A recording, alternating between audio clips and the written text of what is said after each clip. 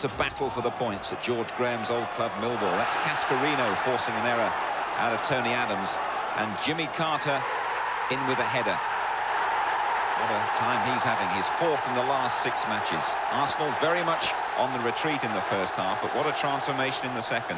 Arsenal showing all the resilience and commitment that makes champions.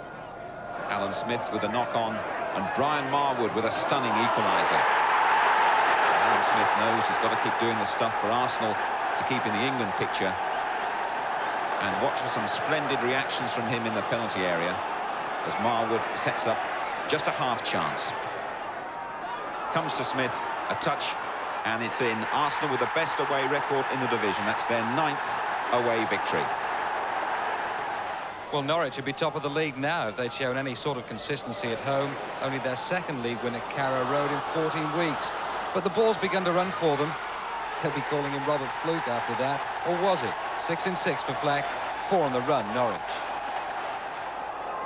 Desperate times these at Hillsborough. And the last team you want to play are Manchester United. Brian McClare at the end of a flowing move for United. And Sheffield Wednesday really short on confidence, the fans getting at the players and the manager. And watch for a terrible series of errors leading to United's 2nd goal. Mark Hughes in the clear. Turner with a brave block, it should have been cleared there, but Brian McClare with his 2nd. And that's 6 wins on the spin for United. Spurs and Charlton both within 3 points of the relegation positions. Steve McKenzie driving one into the wilderness. Poor Williams' shot, Torsved going down like a falling Christmas tree, and more for the Tottenham faithful to moan about. Well, Charlton paid the penalty for failing to give it a touch of the Wimbledons.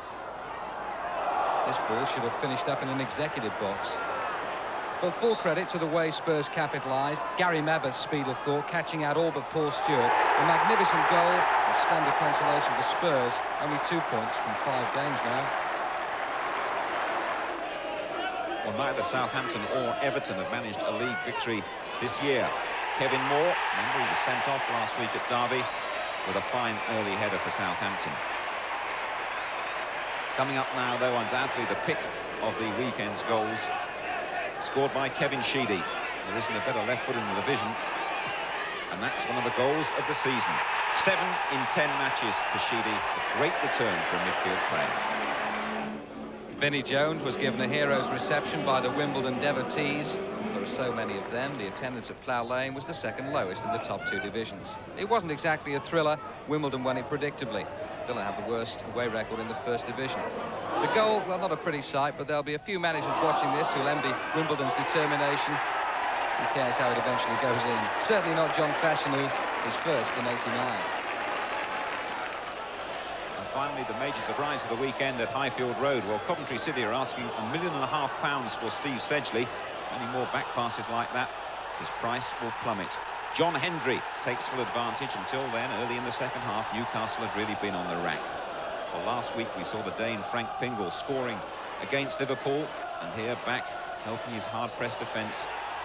It's in at the wrong net. Newcastle, though, picked up their first win in 10 matches thanks to Brian Kilcline. The hand obviously raised there as he goes up with Roda, the referee, right on the spot. Protests from Coventry, but really no doubt at all it was handball, if you needed any confirmation. Well, Mirandinha's got his critics, but you'd back him 10 times out of 10 from the penalty spot. 3 points to Newcastle.